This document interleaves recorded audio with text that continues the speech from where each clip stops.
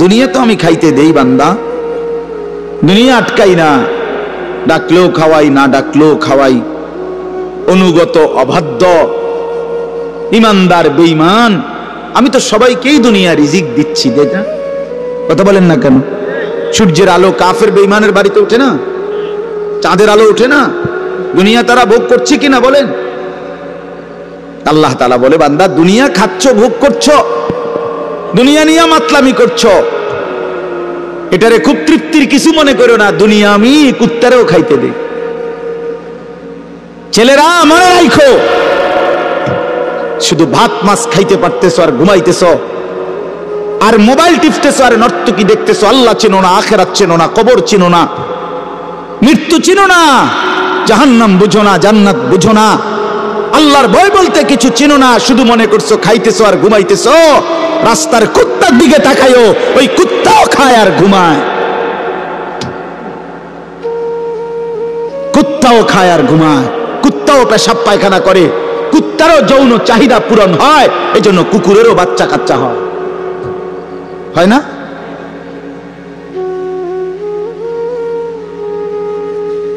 আল্লাহকে কেন ভুলে যাব আমরা? মালিক কেন ভুলে যাব? বানানে ওয়ালা ভুলে যায় কিভাবে? একটা সেজদা দিতে মন চায় না, এক ওয়াক্ত নামাজ পড়তে মন চায় না। তুই কোন মানুষের বাচ্চা? তোরে জন্ম দিছে কয়ে? তুই মায়ের পবিত্র দুধের 2 বছর মায়ের পবিত্র দুধের অপমান করলি না ফরমান।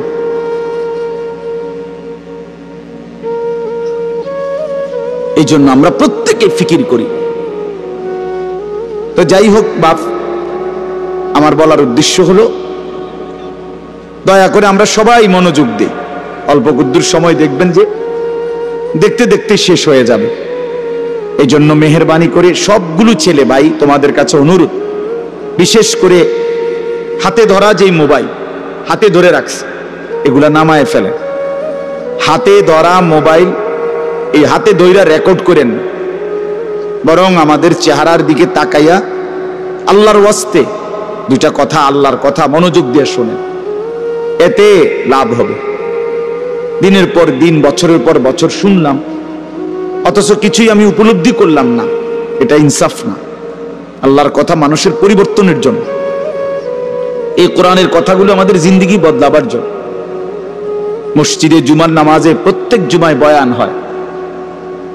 1 বছরে 52 সপ্তাহ, চিন্তা করে দেখে, একটি বছরে 52 সপ্তাহ। তাহলে 52 সপ্তাহ ইমাম সাহেব আপনাদের জন্য নসিহত করে। তো এইভাবে যদি 30 বছর 40 বছর ধরে শুনে থাকেন, তাহলে আজকে কতদিন ধরে আল্লাহর কথা শুনতেছেন? বছরে 52, তো এভাবে 40 বছর, এভাবে 30 বছর, এভাবে 50 বছর। অথচ এত লম্বা সময় আল্লাহর কথা শুনবার পরেও এখনো মিথ্যা বলা ছাড়তে পারলেন না। এত লম্বা সময় আল্লাহর কথা বলা শুনবার পরেও বিড়ি সিগারেট খাওয়ার অভ্যাসটা ছাড়তে পারলেন না। এত লম্বা সময় আল্লাহর কথা শুনবার পরেও চা দোকানের আড্ডা বন্ধ করতে পারলেন না। নাচ গান দেখা, টেলিভিশন দেখা ছাড়তে পারলেন না। তো কখন ছাড়বেন বাপ? সময় হবে কখন? এক মুসলমান বাঁচে কয় বছর? হায়াত তো একেবারেই ছোট্ট, সংক্ষিপ্ত হায়াত। তো সেখানে আমি যদি আখিরাতের কোনো প্রস্তুতি না নেই, তো সময় হবে কখন? তো মূল কারণ কি? মূল কারণ হলো গাফলত, এই খামখেয়ালি ভাব। ইমাম সাহেবের কথা বলে, বয়স্ক মাঝ বয়সী কিছু মুসল্লি আছে, এই বসে বসে জিমায়, মসজিদে বসে বসে জুরায়। আর কিছু ছেলে পেলে আছে, তোমরা শুধু শুধু দুষ্টামি করো, মসজিদে বসে কথাবার্তা, ঠেলাঠেলি, ধাক্কা ধাক্কি। আরে ভাইয়া, একজন মানুষ কতক্ষণ দুষ্টামি করে? মস্কারি, আর কি ফাত্রামি কতক্ষণ? আমরা মুসলমান, আমাদের আল্লাহ আছেন, আমাদের রসুল আছেন, আমাদের কোরআন আছে, আমাদের ইসলাম আছে। আমাদের জিন্দেগি লাগাম ছাড়া না। লাগাম ছাড়া হাইওয়ান জানোয়ারের জীবনই যদি হতো, তো আল্লাহ তাআলা আমাদেরকে মানুষ, মুসলমান বানাইতেন না। মুসলমান বানাইছেনই আল্লাহ তাআলা একটা মহৎ উদ্দেশ্যে, একটি উদ্দেশ্যে।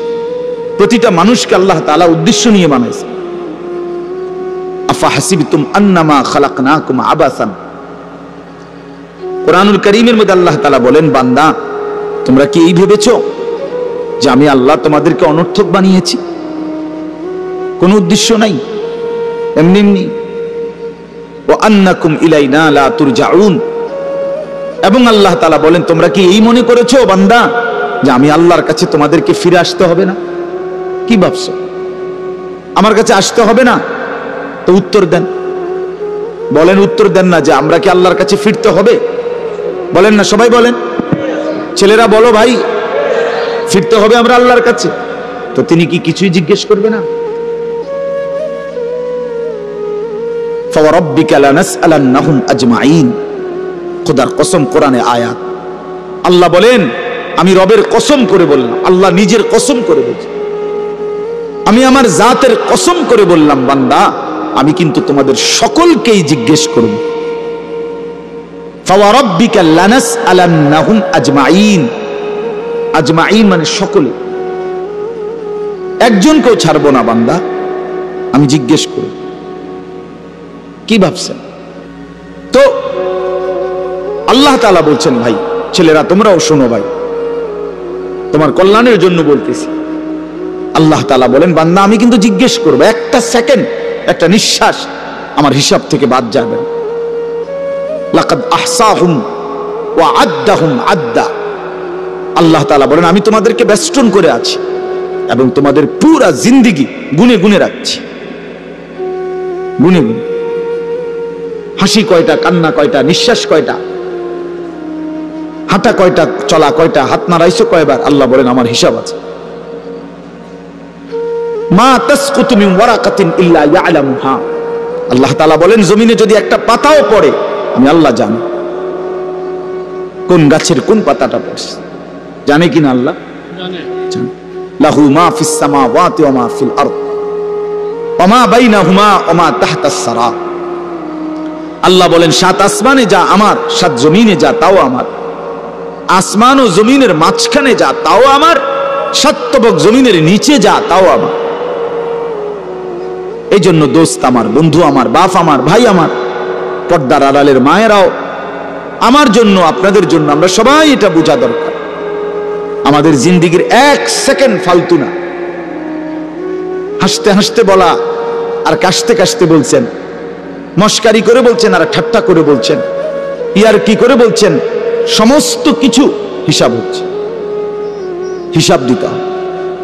ওয়াকুল্লুহুম আতিহি ইয়াউমাল কিয়ামাতি ফারদা। আল্লাহ তাআলা বলেন, তোমরা সকলেই আল্লাহর সামনে কিয়ামতের দিন একজন একজন করে দাঁড়াতে হবে, একজন একজন, আলাদা আলাদা। ফারদান মানে ওয়াহিদান, একজন একজন, আলাদা আলাদা উত্তর দিতে হবে। সুম্মা লাতুসআলুন্না ইয়াউমাইদিন আনিন নাঈম। আমার দেওয়া প্রতিটি নিয়ামত সম্পর্কে অবশ্যই আল্লাহ বলেন তোমাদেরকে জিজ্ঞেস করা হবে। হাসরের ময়দানে আছে, আল্লাহ ফেরেশতাদেরকে বলবে, ওয়াকিফুহুম ইন্নাহুম মাসউলুন। আমার বান্দাদেরকে লাইন ধরে দাঁড় করাও, কিফু তাদেরকে থামাও, দাঁড়াও। ইন্নাহুম মাসউলুন, তাদের সকলকেই আজকে জিজ্ঞেস করা হবে। বহু আয়াতে ওয়া ইম মিনকুম ইল্লা ওয়ারিদুহা। আল্লাহ বলে, তোমাদের একজনও এমন হবে না, নবী বলো, রাসূল বলো, আউলিয়া বলো, ইমানদার বলো, নাফরমান বলো, প্রত্যেককেই ফুলসিরাত পার হইতে হবে,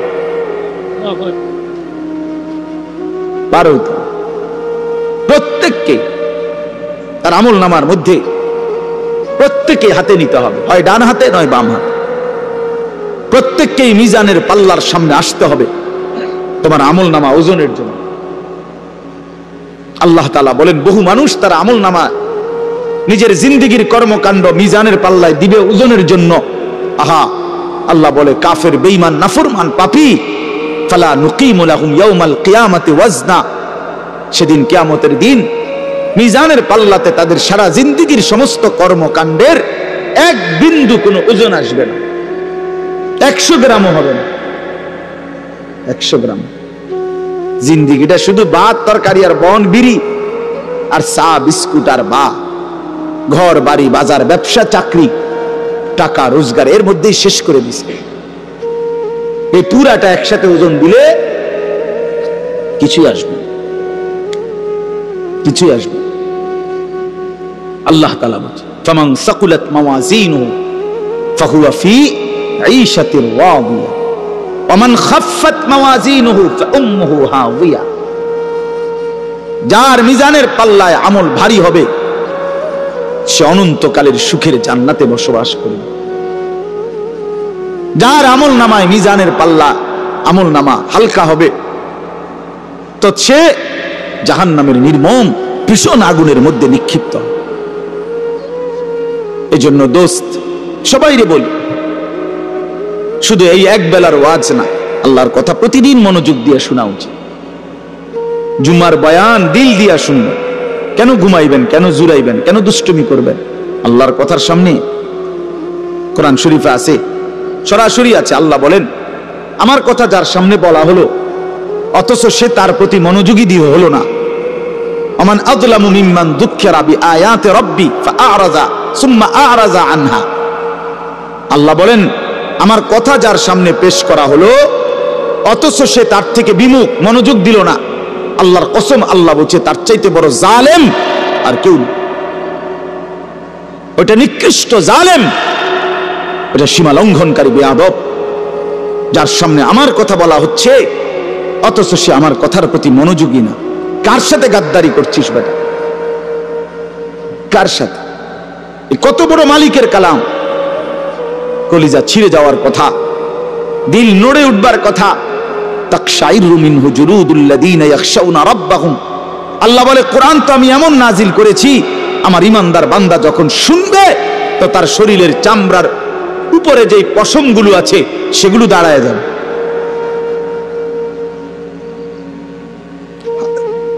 বুঝছে? এই জন্য বাপ আমার, বন্ধু আমার, এতক্ষণ লাগাই আপনাদেরকে এই কথাটাই বুঝাইতে চেষ্টা করলাম। আজকের জন্য না, জিন্দেগি পরিবর্তনের জন্য আল্লাহর কথা দিল দিয়ে শুনতে হয়। ছোট হুজুর বড় হুজুর কোনো কথা না, আপনাদের গ্রামের হুজুর আর বাহিরের হুজুর কোনো কথা না। আমিও গ্রামেরই, আমি কোনো মাটির তলের থেকে আসি নাই, চাঁদের দেশ থেকে আসি নাই, ঠিক কিনা বলেন? আমি এক গ্রামের সন্তান, তো আলামিনও এক গ্রামের সন্তান, মৌলানা ইয়াহিয়াও এক গ্রামের সন্তান, হুজুরও এক গ্রামের সন্তান। তাহলে স্থানীয় না দূরের এটা কোনো কথা না, প্রধান বক্তা না বিশেষ বক্তা এগুলো কোনো কথা না, সকালে বলছে না আসরের পরে বলছে এগুলো কোনো কথা না। রাত 10টা বাজে ওয়াজ করলে উনি প্রধান বক্তা আর আসরের পরে বয়ান করলে উনি সামান্য বক্তা, এই সিদ্ধান্ত কে দিল? বলো কথা কও, এটা কেমনে ফয়সালা হলো?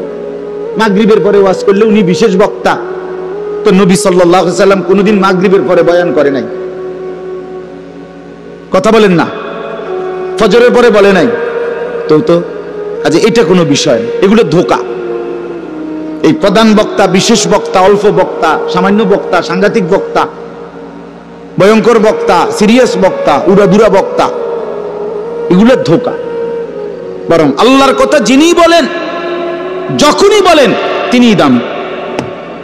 আপনার এলাকার হুজুর বললেও দামি, দূরের হুজুর বললেও কি, আপনার মসজিদের ইমাম বললেও দামি, অন্য মসজিদের হুজুর বললেও দামি। এই জন্য এটা গুরুত্বপূর্ণ। এটা যদি আপনি দিলে বসান তাহলে মাখলুক থেকে নজর সরবে।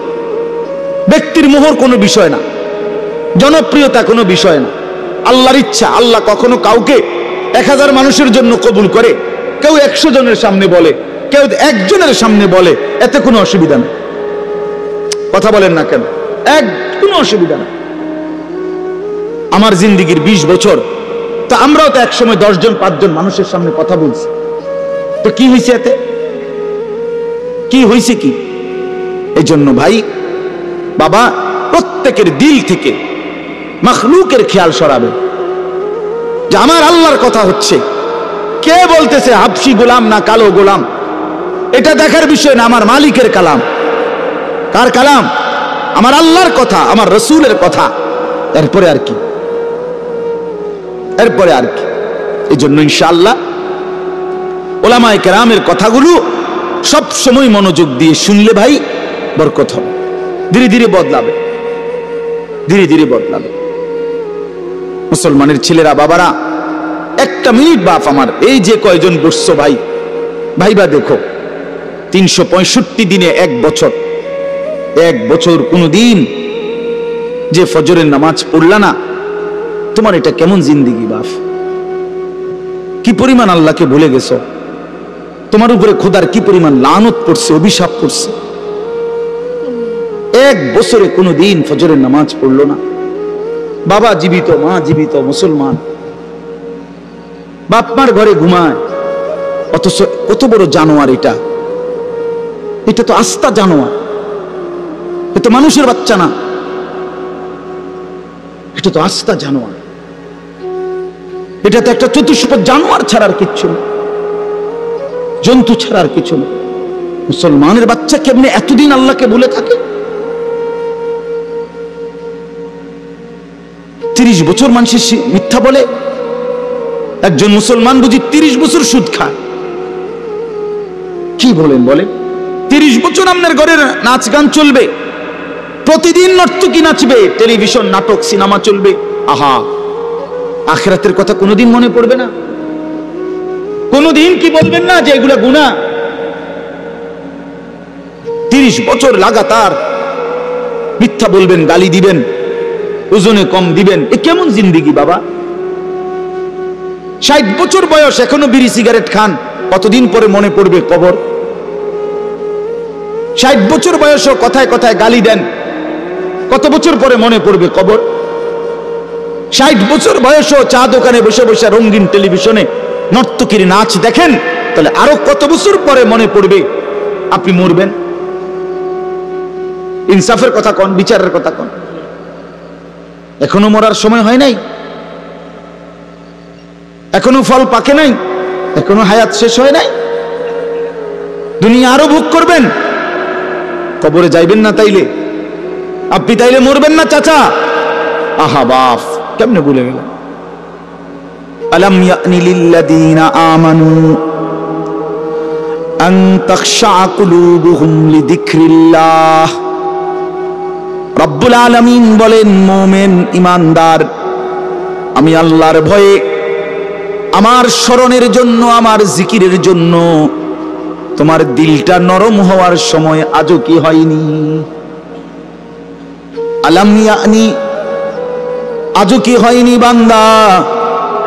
আজ অনেক দিন হয় আমার এর সেজদা দাও না, তাহলে কি বান্দা আর কোনদিন সেজদা দিবা না? আল্লাহ ডাক দিয়ে বলে, বান্দা তাহলে আর কোনদিন বুঝি হালাল খাইবা না? আমি যে তোমার জন্যই জান্নাত বানিয়েছিলাম, কেমনে প্রত্যাখ্যান করে দিলা? শুধু এইটুকু দুনিয়া পেয়েই কেমনে খুশি হয়ে গেলা? এটুকু দুনিয়া তো আমি জন্তু জানোয়াররাও খাওয়াই, এটুকু দুনিয়া তো আমি কাফের বেঈমানকেও খাওয়াই, সামান্য এটুকু দুনিয়া নিয়েই খুশি হয়ে গেলা? অনন্তকালের আখিরাত তাইলে নিবা না? কুলু ওয়া তামাত্তাউ কালিলান ইন্নাকুম মুজরিমুন। আল্লাহ বলেন, নাফরমান পাপী বান্দা, অল্প সময়ের জন্য দুনিয়া খেয়ে নাও, দুনিয়া ভোগ করে নাও। ইন্নাকুম মুজরিমুন, শুধু কেবল মনে রাখো তুমি কিন্তু নাফরমান। খাও, নাস্তা খাও, রাতের খানা খাও, শুধু বান্দা মনে রাখো ফজরের নামাজও পড়ো নাই, এশার নামাজও পড়ো নাই।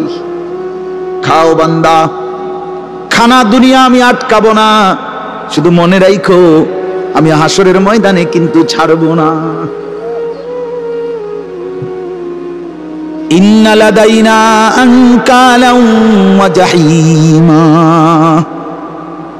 আল্লাহ বলেন, আমি কিন্তু আগুনের শিকল বানিয়ে রেখেছি, জাহান্নামের আগুন কিন্তু প্রস্তুত করে রেখেছি। দুনিয়া তো আমি খাইতে দেই বান্দা, দুনিয়া আটকাই না, ডাকলেও খাওয়াই, না ডাকলেও খাওয়াই।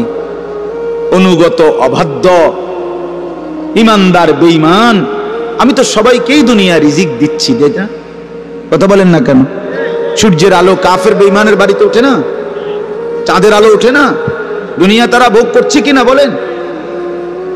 আল্লাহ তাআলা বলে, বান্দা দুনিয়া খাচ্ছ, ভোগ করছো, দুনিয়া নিয়ে মাতলামি করছো, এটারে খুব তৃপ্তির কিছু মনে করো না। দুনিয়া আমি কুত্তারেও খাইতে দেই।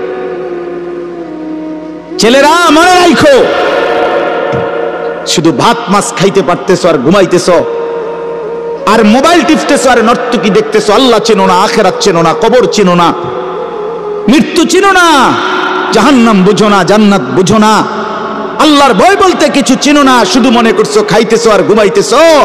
রাস্তার কুত্তার দিকে তাকায়ও, ওই কুত্তাও খায় আর ঘুমায়, কুত্তাও খায় আর ঘুমায়, কুত্তাও পেশাব পায়খানা করে, কুত্তারও যৌন চাহিদা পূরণ হয়, এই জন্য কুকুরেরও বাচ্চা কাচ্চা হয় না?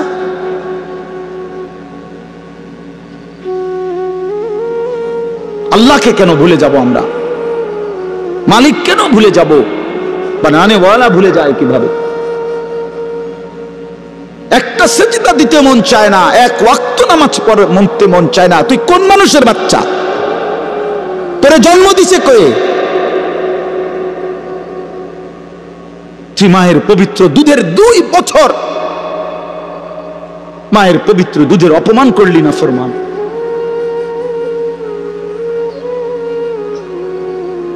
এই জন্য আমরা প্রত্যেকে ফিকির করি, দিল দিয়া ভাবেন। প্রতিটা ওয়াজ, প্রতিটা মাহফিল বাবা, কবরবাসীদের রূহের মাগফিরাত যেমন দরকার, আপনাদের হেদায়েতও তেমন দরকার।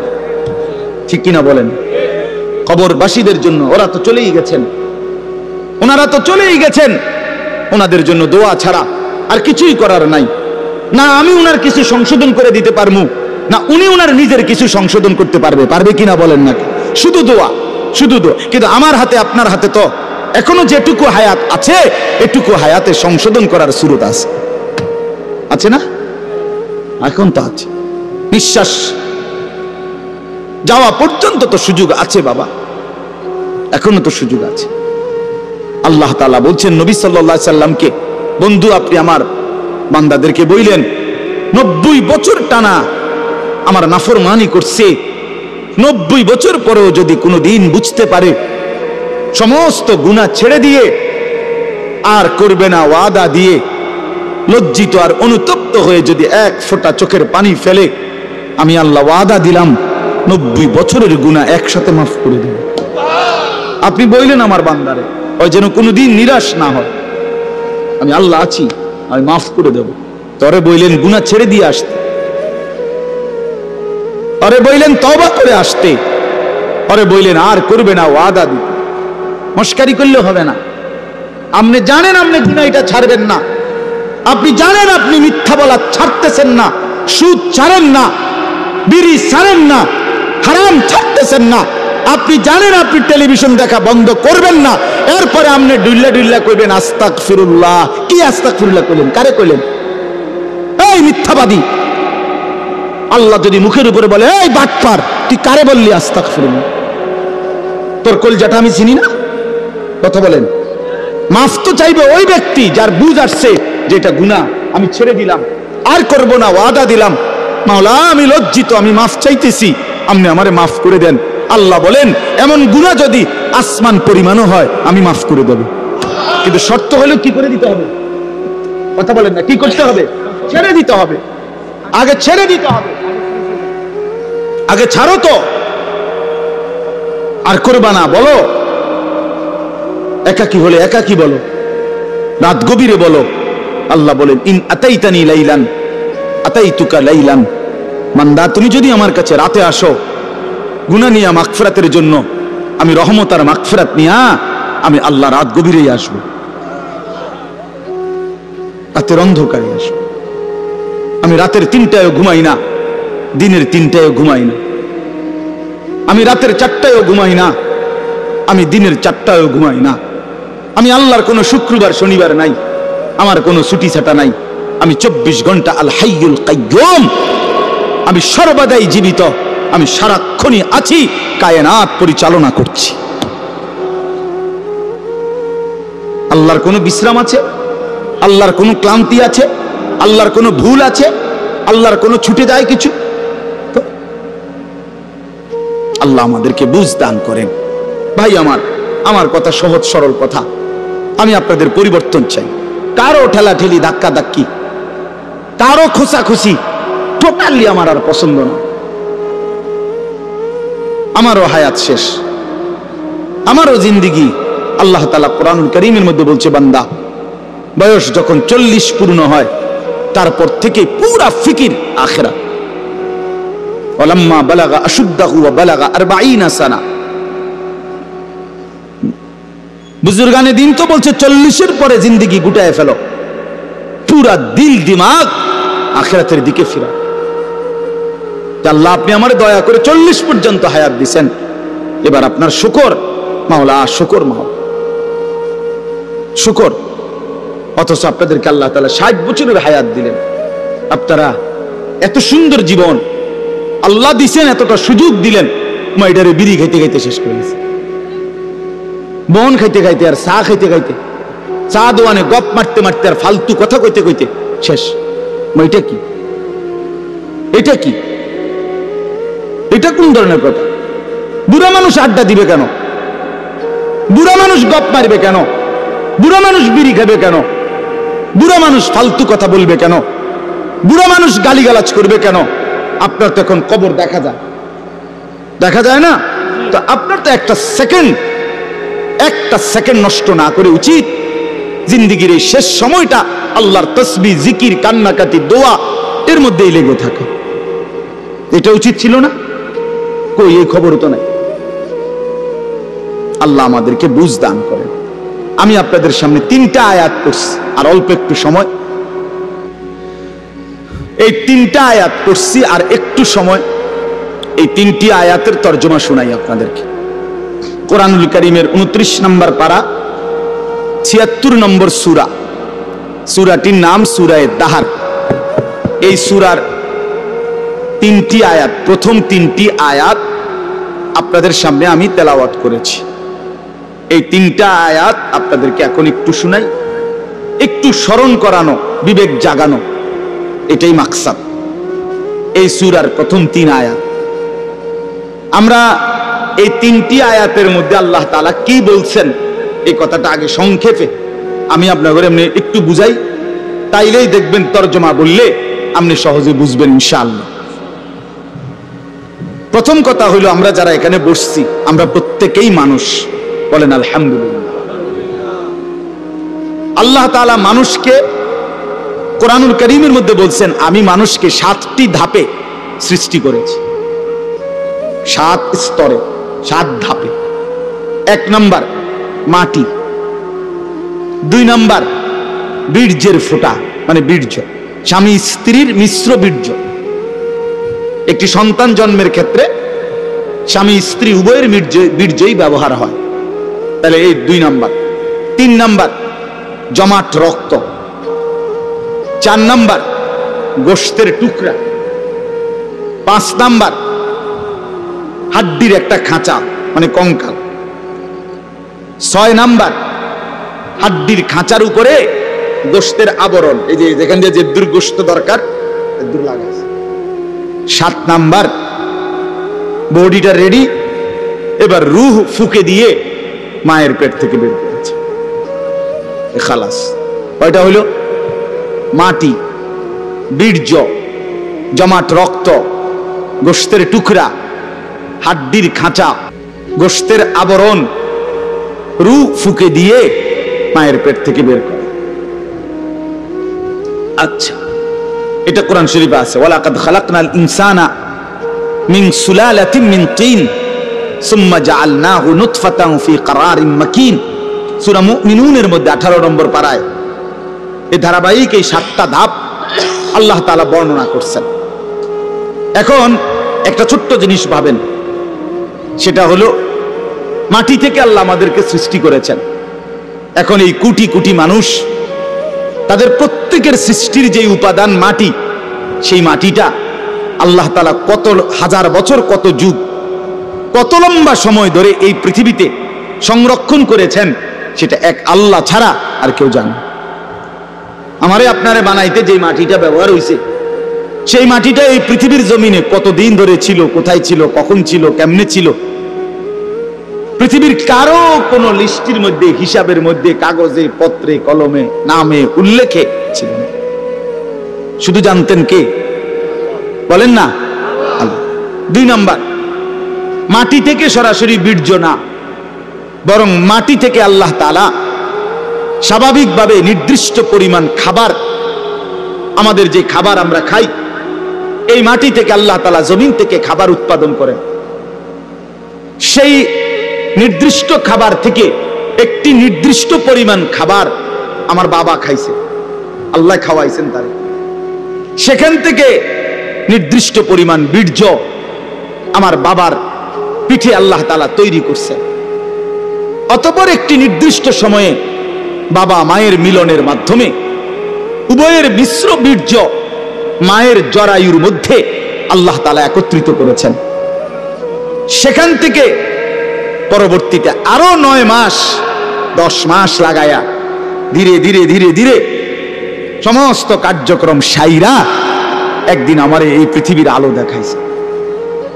এখন আমি কল্পনা করেন, আমরা প্রত্যেকেই 1 মিনিট চিন্তা করি, কতদিন যাবত আমি মাটি ছিলাম, কতদিন যাবত কোন খাদ্যের সাথে আমি মিশেছিলাম, আমার অস্তিত্ব কোন খাবার থেকে আমার বাবার বীর্য হয়েছে, মায়ের সাথে কখন মিলন হয়েছে। নির্দিষ্ট সময়ে মায়ের জরায়ুতে আল্লাহ তাআলা উভয় বীর্যের ফোঁটা একত্রিত করেছেন।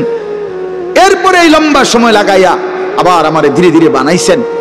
এই যে যুগের পর যুগ লম্বা সময়, কখনো মাটি, কখনো খাদ্য, কখনো বীর্য, এইভাবে যে ছিলাম আমরা, আল্লাহ তাআলা বলে, বান্দা তোমরা কি জানো এই লম্বা সময়ে শুধুমাত্র আমি কেবল জানতাম, পৃথিবীর কোনখানে তোমার কোনো নাম, নিশানা, আলোচনা, বিশ্লেষণ, পর্যালোচনা, তোমারই নিয়ে কারো কোনো আলোচনাই ছিল না। তাহলে এত লম্বা সময় ধরে, এত দীর্ঘকাল থেকে তোমারে আমি আগলাইয়া আজকে আমি মায়ের পেট থেকে তোমারে পৃথিবীর আলো দেখাইলাম, এতদিন পর্যন্ত তোমারে আমি সংরক্ষণ করলাম, তুমি কি একবারও জানতে চাইলা না আমি তোমারে এতদিন লাগাইয়া কেন বানাইলাম, এত যত্ন করে তোমারে কেন বানাইলাম, এত লম্বা সময় লাগাইয়া কেন বানাইলাম, কতদিন ধরে মাটি হিসাবে রাখছি তুমি তো জানো না, কেউ জানে না, কতদিন হিসাবে খাবারের মধ্যে রাখছি কেউ তো জানে না। এই যে লম্বা সময় লাগাইয়া তোমারে আমি বানাইলাম, মায়ের রেহেমের মধ্যে 10 মাস কেন লাগাইলাম? আমি তো চাইলে, আচ্ছা আপনারাই বলেন, আল্লাহ তাআলা চাইলে কোন, এটা বললেই তো হয়ে যায়, ঠিক কিনা বলেন না? এটা আমরা সবাই জানি না। আল্লাহ তাআলা কোনো কিছু সৃষ্টি করতে চাইলে ঘন্টা 2-4 ঘন্টা লাগবে নাকি? মেশিন চালু করতে হবে নাকি? তাইলে আল্লাহ বলবেন কুন ফায়াকুন, হয়ে যায়।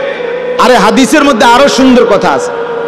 নবী সাল্লাল্লাহু আলাইহি সাল্লাম বলেন, আল্লাহ তাআলার ক্ষমতা এত বড়, এত মহান, যে আল্লাহ তাআলা যদি কোনো কিছু বানাইতে চান তাহলে কুন, এই কুন বলতে 2টা অক্ষর, কাফ নুন পেশ, কুন মানে কাফ এবং কি নুন। আল্লাহ নবী সাল্লাল্লাহু আলাইহি সাল্লাম বলেন, আল্লাহ তাআলা বানাইতে চাইলে কুন, এটা পুরাটা বলতে হয় না, বরং কাফ এবং নুন এর মাঝখানে থাকতে থাকতে হয়ে যায়। মানে কোন শব্দটা পুরা কি করতে হয় না, শেষ করতে হয় না, তার আগেই হয়ে যায়। সুবহানাল্লাহ, এত বড় মহান ক্ষমতাধর আল্লাহ, সেই তিনি আমারে এত লম্বা সময় লাগাইলেন কেন? আমাদের তো একটু ভাবা উচিত ছিল ভাই। ছেলেরা আমার বাবা আমারা সবাই, আমিও ভাবি, আপনিও ভাবেন, একটা বার তো ভাবা উচিত ছিল এত লম্বা সময় লাগাইয়া। আমার যখন কোনো নাম নিশানা ছিল না, তখন আল্লাহ তাআলা একদিন আমারে বাবা মায়ের মিশ্র বীর্য থেকে ধীরে ধীরে আমারে মায়ের পেটে রেডি করলেন। কেন করলেন? কেন করলেন? বসে বসে মোবাইল টিপবা ভাই? এজন্য শুধু কেবল নারী দেখবা, নর্তকী দেখবা, সারা রাত উলঙ্গ ছবি দেখবা, জিনা ব্যভিচারের আড্ডায় যাবা, মদ জুয়ার আড্ডায় যাবা, আর অসৎ বন্ধুদের সাথে সারাদিন আড্ডা দিয়ে এই সুন্দর হায়াত, এমন সুন্দর চেহারা, এমন চমৎকার নাক কান হাত পাওয়ালা বডি তিলে তিলে শেষ করে দিবা, নষ্ট করে দিবা। আহা আফসুস, এর জন্য আল্লাহ বানাইছেন? হায় হায় বাপ, মাঝ বয়সী চাচা আপনারা বলেন, জিন্দেগি আল্লাহ তাআলা কেন দিলেন? এই শুধুমাত্র 2টা ছেলে বিদেশ পাঠাইলেন, 3টা মেয়ে বিদেশ বিয়ে দিলেন, বাড়িতে একখান ঘর করিলেন, হ্যাঁ সোফা বানাইলেন, খাট বানাইলেন, কয়টা ফার্নিচার আসবাবপত্র বানাইলেন, খালাস। এরই নাম 60 বছর? আল্লাহ তাআলা জিন্দেগির 50টা বছর উপার্জনের ক্ষমতা দিচ্ছেন এই শুধু এই যে ফার্নিচার আর এই গদ্দুর কদ্দুর, এই কদ্দুরের জন্য? একজন মুসলমান হিসেবে এই শেষ? এই জীবন বলে আল্লাহ তাআলাকে জানা দরকার, জিজ্ঞেস করা দরকার। তো আল্লাহ তাআলা এই সূরার মধ্যে সেই প্রশ্নের উত্তর দিছে, বান্দা একটি লম্বা সময় পার করে আমি আল্লাহ তোমাকে পৃথিবীর অস্তিত্বে এনেছি, তুমি শোনো আমি তোমারে কেন বানাইছি। আল্লাহ তাআলা বলেন, হাল আতা আলাল ইনসানি হিনুম মিনাদ দাহরি লাম ইয়াকুন শাইআম মাযকুরা। প্রতিটা মানুষের উপর দিয়ে এরকম যুগের পর যুগ অতিবাহিত হয়েছে যখন সে উল্লেখ করার মতো, পরিচয় দেওয়ার মতো কোনো কিছুই ছিল না। এই মাটিতে কার অস্তিত্ব কেউ বলতে পারবে? ওই গাছে, ওই ফুলে, ওই ফলে, ওই খাদ্যে, ওই খাবারের মধ্যে কার অস্তিত্ব আছে আমরা জানি কেউ? শুধু জানে কে? আল্লাহ বলেন শুধু আমি জানতাম। লাম ইয়াকুন শাইআম মাযকুরা, এই পৃথিবীর কারো কাছে তুমি উল্লেখ করার মতো ছিল না। আগামী 50 বছর পরে, আগামী 30 বছর পরে কার ঘরে কোন সন্তান আসবে এখন বলেন আমরা জানি কেউ? তাই আল্লাহ তাআলা বলেন কেউ জানতা না, তুমি জানতা না, তোমার কোনো নাম দাম পরিচয় উল্লেখ ছিল না। দ্বিতীয় আয়াত আল্লাহ বলেন সেই আমি আল্লাহ, ইন্না খালাকনাল ইনসানা মিন নুতফাতিন আমশাজ। একদিন আমি আল্লাহ স্বামী স্ত্রীর মিশ্র বীর্য থেকে তুমি মানুষকে সৃষ্টি করেছি। অর্থাৎ যেদিন মায়ের জরায়ুতে গর্ভ হয়েছে, যেদিন মা অনুভব করছে তার পেটে বাচ্চা আসছে, সেদিন কিছুটা আন্দাজ করছে যে হ্যাঁ মা গর্ভবতী, তাও জানতো না ছেলে না মেয়ে। আরো একটা নির্দিষ্ট সময় পরে অনুভব হয়েছে। তো আল্লাহ তাআলা বলেন তখনও তো জানতা না কোন দিন নাক লাগাইছি, কোন দিন চোখ লাগাইছি, কোন দিন হাত লাগাইছি। আমি পৃথিবীর কাউরে না জানাইয়া বান্দা বড় বেশি মায়া করে নিজের হাতে যত্ন করে তোমারে বানাইছি। আমি একাই বানাইছি, একাই বানাইছি, অন্ধকারে বানাইছি। তোমার মারে ডিস্টার্ব করি নাই, বাবারে ডিস্টার্ব করি নাই, কেউ রে কোনোদিন কিছু বলি নাই, আমি আল্লাহ একাই বানাইছি। তো এরপর আল্লাহ বলেন কেন বানাইলাম শোনো, নাবতালিহি, আমি আল্লাহ প্রতিটা মানুষকে বানিয়েছি পরীক্ষা করার জন্য।